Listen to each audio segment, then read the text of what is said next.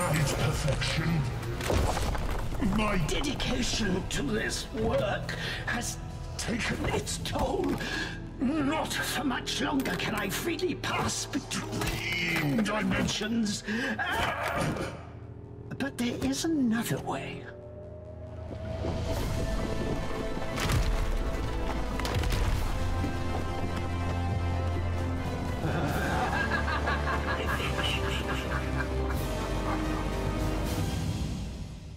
I love Legos. Do you love Legos? Who the fuck doesn't love Legos? I think at this point every human being on the planet has heard of or played with Legos, and if you haven't, well then I feel sorry for you. I can remember visiting my grandma as a toddler and she would pull out Legos for me to keep me occupied, otherwise I would be running and screaming around the house. I still do that to this day, and now I can detect when someone is trying to distract me, but fortunately for them I enjoy playing with Legos. I never really built anything memorable, and I was better at losing pieces than I was at building, but the creative freedom and fun that Legos offer is truly unmatched, at least in the toy market.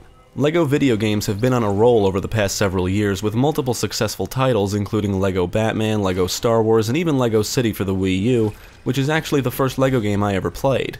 Sadly, from what I understand about these LEGO games, including LEGO Dimensions, is that they do not really offer the same type of creative freedom you would get from actual LEGOs. That's being left to the LEGO Worlds video game, which is supposed to be a competitor to Minecraft, but that's a topic for another discussion. Developed by TT Games, published by Warner Bros. Interactive Entertainment, LEGO Dimensions was released in September 2015. Like Skylanders and several Nintendo games released over the past several years, LEGO Dimensions uses the Toys Come to Life model, which means the developers are making a shit ton of money, because this game is immensely popular. So the question becomes, is it actually a good game or just a cash cow? Well, let's take a look. That's right, boys. It's Dr. Venkman. First, I want to talk about how the Toys Coming to Life model works in this game because it plays a major element in the gameplay and is both the game's biggest strength and its biggest weakness. When you buy the starter pack, you not only get the game, but you also get the toy pad, Lego bricks, instructions on how to build the gateway, the 3 main characters, and 1 vehicle. The 3 characters include Batman, Gandalf, and Wildstyle, and the vehicle is the Batmobile. As of right now, you can buy the starter pack for PS4, which comes with Supergirl, and is currently the only way to obtain her. Green Arrow is another special character that was only available for a limited time last year. You can build the gateway on top of the toy pad, and the LEGO characters are to be placed on their respective stands, or what the game calls toy tags. You don't actually need to physically build anything for the characters, vehicles, and gadgets to show up in-game, you just need to place the toy tags on the toy pad. You can place a max of 7 toy tags on the pad, and once placed, they will appear in-game for you to play or interact with. All vehicle toy tags are blank until you save them to the tag in-game.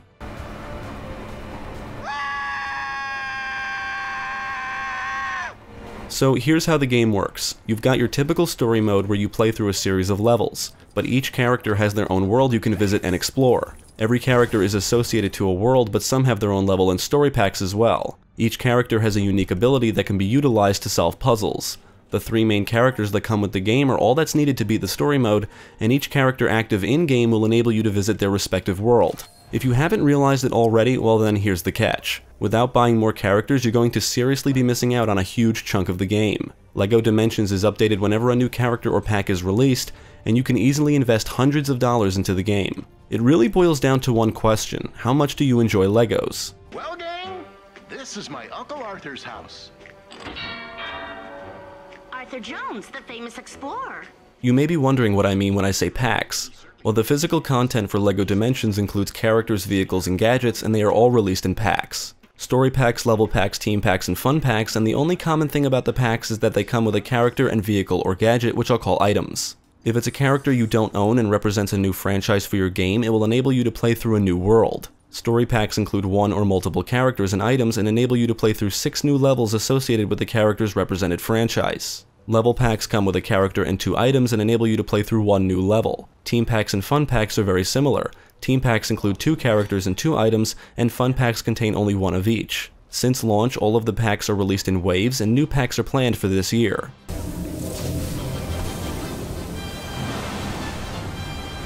Alright, no more Mr. Nice Guy. Now, I tolerate amiibos because I love Nintendo, and I never played Skylanders, but LEGO Dimensions takes this toys coming to life model to all new levels. And it's not like it's just simple DLC you can download, nor can you unlock these characters in-game just by playing. No, you cannot play a majority of what LEGO Dimensions offers without placing these toy tags on the toy pad, so you're pretty much forced into buying new packs to get the most out of the gameplay. And if you're a fan of the LEGO video games, this either sucks but is still cool because you love LEGOs, or it just sucks in general. If you're a fan of LEGOs, it is pretty cool to own all of these characters and items since they all represent something famous like movies, television shows, and video games. These are actual LEGO minifigures and are compatible with regular LEGO sets, so if you're a LEGO collector in general, you may want to buy these just to have them in your collection, whether you own the game or not. But needless to say, when talking about all of this as it relates to the video game, I'm going to tell you right now I cannot recommend LEGO Dimensions unless you love LEGOs or have money, because without buying additional packs, the game will just feel shallow in the end.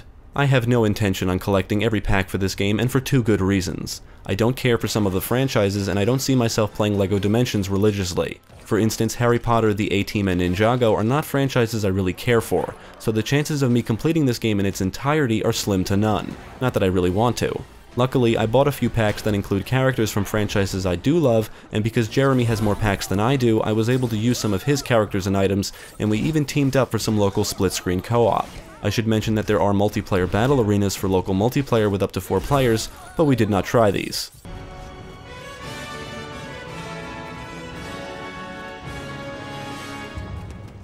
The entire story mode in LEGO Dimensions is not really that great. Some asshole named Lord Vortek arrives on the planet Foundation Prime. He seeks 12 Foundation elements so he can merge all universes into one and rule it because he's a dick. The Foundation elements are scattered throughout different universes, and every universe represents a popular media franchise, including The Wizard of Oz, Ghostbusters, The Simpsons, Back to the Future, and Doctor Who, among others. Lord Vortek opens vortexes to different worlds to recruit villains from all of these different franchises. Robin, Frodo, and Metalbeard are all pulled into the vortexes because they unknowingly possess one of the elements. This leads Batman, Gandalf, and Wildstyle to team up on a quest to save their friends and the universe. Now, I have no problem with the story itself. It's silly, it's somewhat humorous, and never takes itself too seriously. But my problem with this mode, and the game in general, is that every fucking thing you do is a puzzle. You just solve puzzles and build predefined things to progress. I am not a fan of puzzles, and if all LEGO games are like this, I guess I can say I'm not a huge fan of the LEGO video games in general. Luckily, the puzzles aren't too hard to figure out, but the entire story mode just becomes tedious very early on. And another issue is that it's not always clear what you need to do, even if you smack a help block for a hint. The voice acting is really all over the place, and it's not because of the voice actors. You've actually got a great cast here that do a great job, including Gary Oldman, Elizabeth Banks, Will Arnett, and even Troy Baker. However, much of the dialogue is not re-recorded, and instead is just ripped straight from the source material. Ghostbusters is a big offender, as every single line is seemingly ripped straight from the first movie. It's cool that the developers were allowed to incorporate all of these different franchises, but a lot of it is just lazily implemented. Now, I love The Simpsons, but the world and level pack are just terrible. Homer is a character and is fully voiced, yes, by Dan Castellaneta, and of course during his level pack you'll encounter the entire Simpsons family, but none of them will utter a single word.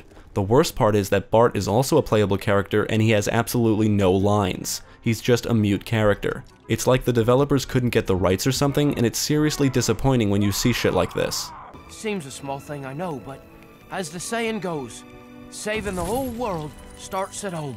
If you enjoy puzzles, then you may really enjoy the gameplay here. I really wasn't a fan of the story, but exploring all of the worlds and extra levels made my purchase of this game feel somewhat satisfactory. Throughout the environments are studs that can be collected to purchase things. Gold bricks are awarded for completing levels, and you can also find them in the different worlds and are also a form of currency. Red bricks can be collected in each world to unlock various special bonuses, including visual modifiers and things to aid you, like a stud multiplier and drawing more studs towards your character, among others. Some levels include characters that can be rescued, like Lois Lane or the Ghostbusters, for example. Mini-kits are another form of collectibles, and obtaining a full set of mini-kits will unlock a statue in that area. So yeah, I guess you could say LEGO Dimensions is a collectathon. Whether it's vehicles or gadgets, items can be upgraded using studs, and they can also be transformed into something different at the cost of studs and gold bricks. Some puzzles require a more powerful or transformed item to complete. All of the physical Legos that are used to build the item can be used to build its transformation upgrade, and each time you place a new item on the toy pad or want to transform an item, you're always provided with the building instructions in-game. When you come across puzzles that require a specific character you don't have to progress, you can hire a required character for a limited amount of time using studs to solve the puzzle. This is one of those things that really makes you realize how much content is locked behind physical purchases just because it happens so often.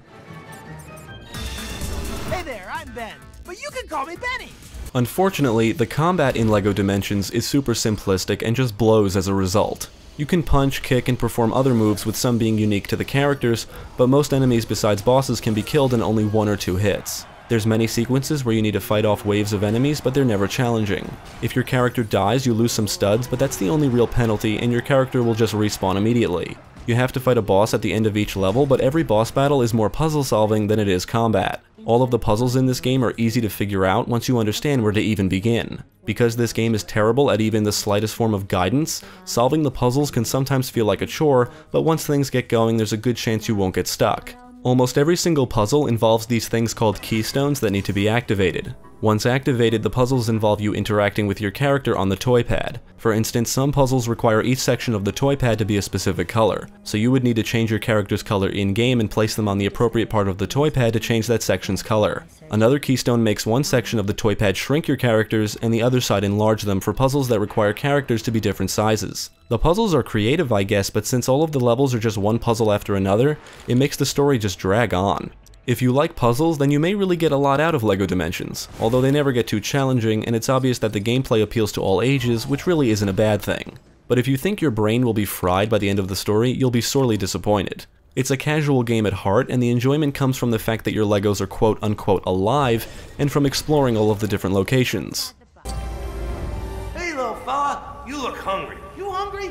Yeah, you're hungry.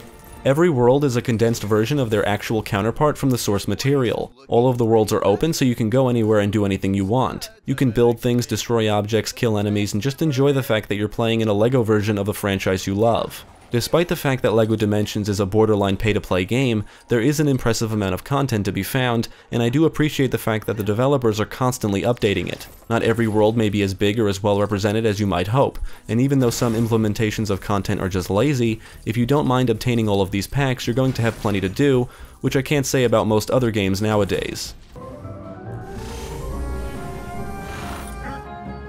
I only played through a few additional story and level packs, and sadly they vary in quality. As I said earlier, The Simpsons content is extremely disappointing. The Sonic level pack is pretty bad too. Navigating through it is just tedious, with simple puzzles that feel more like hindrances than anything else. The Ghostbusters story involves you playing through some events from the first movie, and much of the dialogue is just out of place to make up for missing scenes or to create funny moments in-game. The best thing about the Midway level pack is that you can play through classic arcade games, including Robotron 2084, Defender, and even Rampage.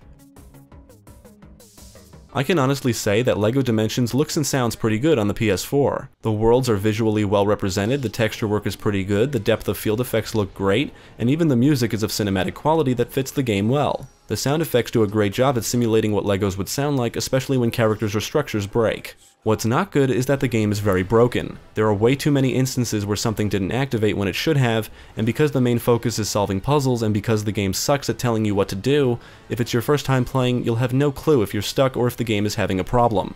There's other annoying shit like characters spawning inside of structures or help blocks not letting you hire characters when they're supposed to. The game crashed twice for me, and the frame rate will dip often enough to notice some areas are worse than others, and it makes exploring some worlds just annoying. One of the bigger annoyances is the constant swapping of characters. Ideally, you'll want to have all of your characters' items and the toy pad very close by because you'll have to constantly move characters around, or you'll want to swap out characters, and after an hour or so of doing this, I got really tired of it.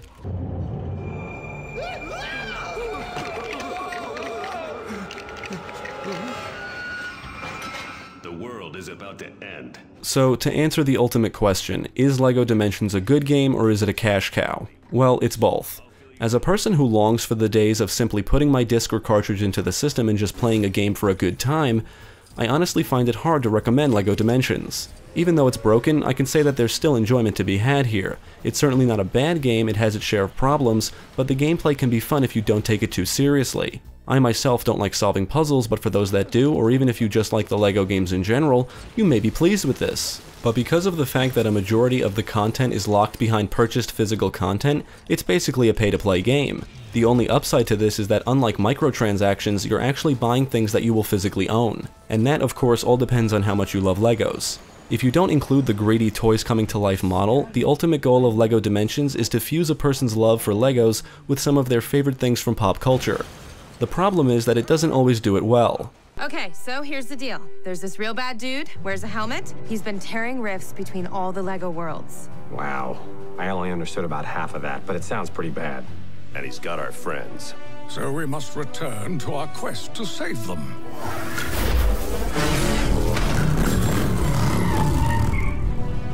To the gateway! Sweet ride, Batman. Still working out the kinks with a remote function. We could use your help rebuilding our vehicle, Stretch. No problem.